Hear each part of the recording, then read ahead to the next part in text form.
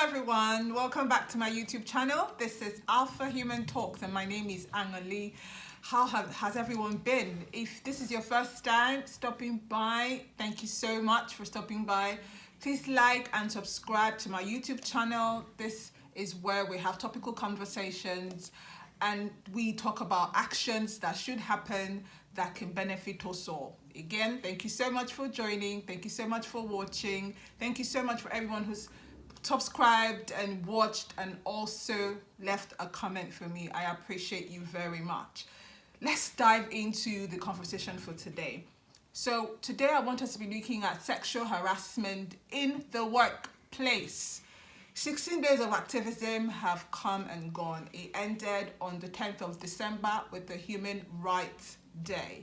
And globally, we have all had conversations and still having conversations that affect violence against everybody. So gender-based violence is a pandemic that affects everyone.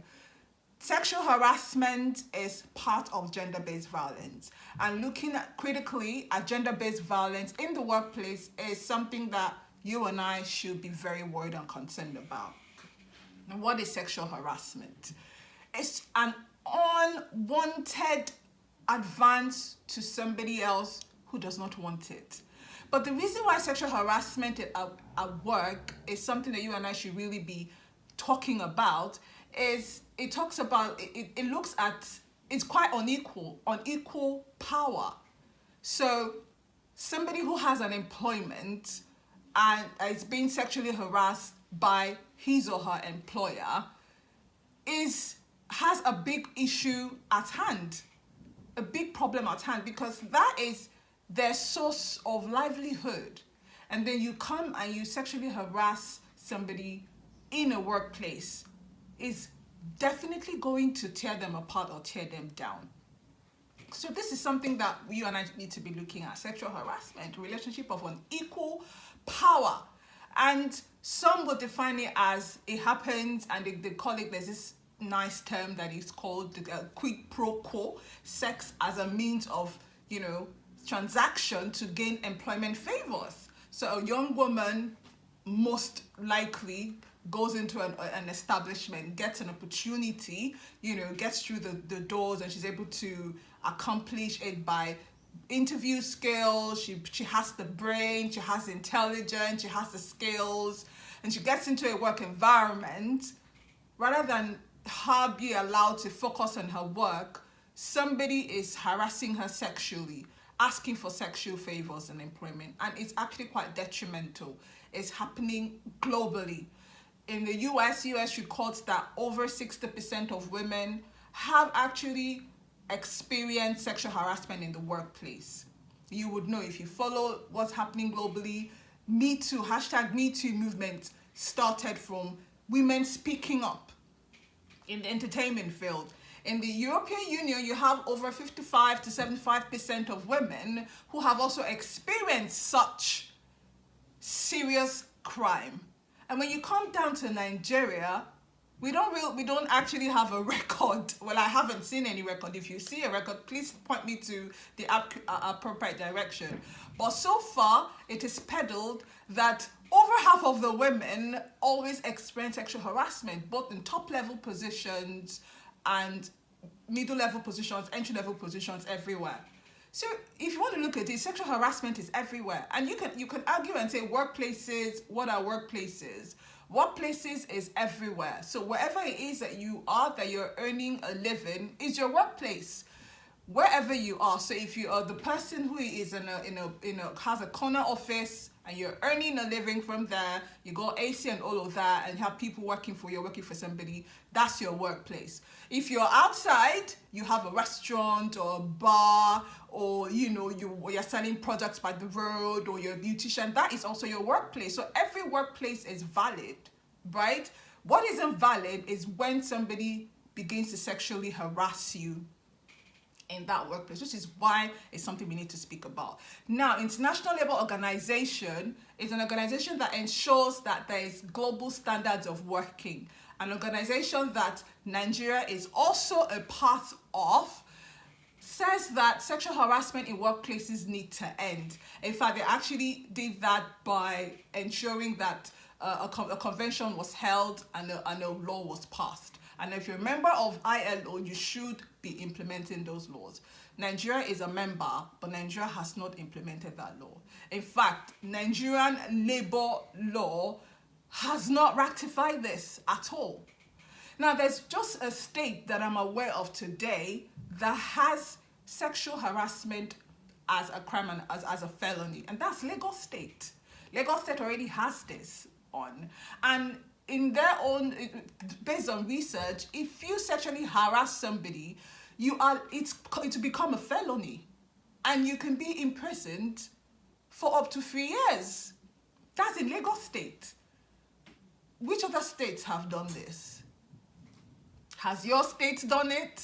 You need to ask these questions, because daily, yes, everybody will argue men and women are being harassed, but the amount of women that get harassed more than men get harassed.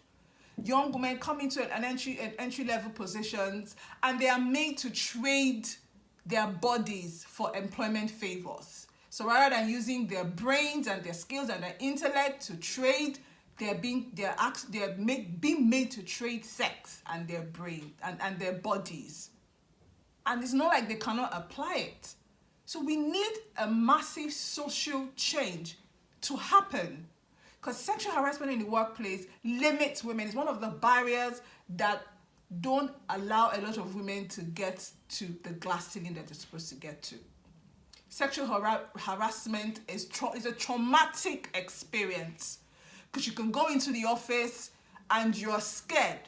There's no how you can work at your optimum level when you have a man harassing your life for sexual favor. It has to stop. It is very, very detrimental to the society that you and I belong to. So you can argue, it's okay, what about the laws? Are there no laws? I mean, based on my research, a law was, I think there's a bill that's supposed to be passed. It's in the National Assembly there, sitting pretty. It hasn't been passed.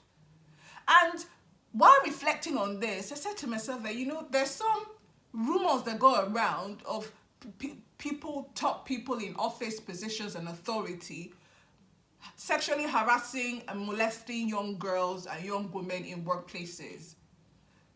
Do they actually realize that this is wrong? Yes, they do know that this is wrong, and they're taking advantage of it because there is no law passed. The labor law actually says that if you're an employee of an organization and you want to leave, imagine there was a sexual harassment case, and you want to now leave your employment, you are supposed to give your employer the maximum amount of notice required when you sign your contract to be an employee. And then the employer can fire you whenever they want to fire you. So imagine there's a sexual harassment case. An employer fires you for any reason. It's there in the Labor Act. Any reason at all, they can fire you. But you, why? So why is the law not there? The law is not there to protect you and I. Which brings me to human resource departments. Human resource is meant to be part of an organization, but independently thinking about how to meet the needs of their employees.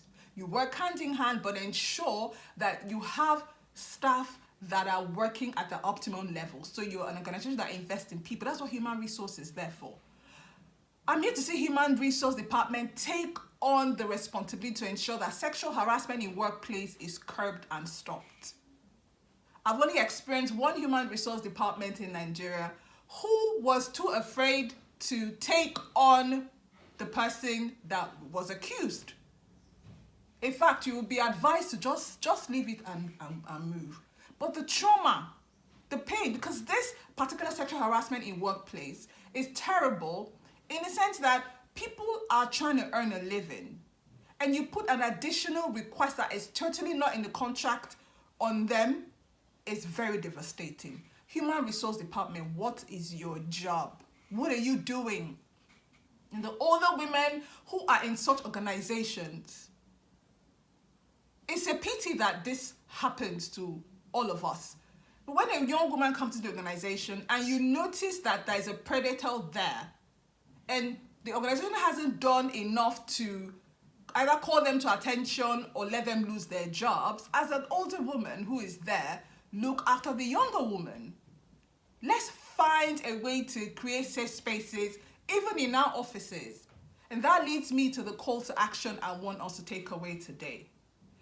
Number one, re-education.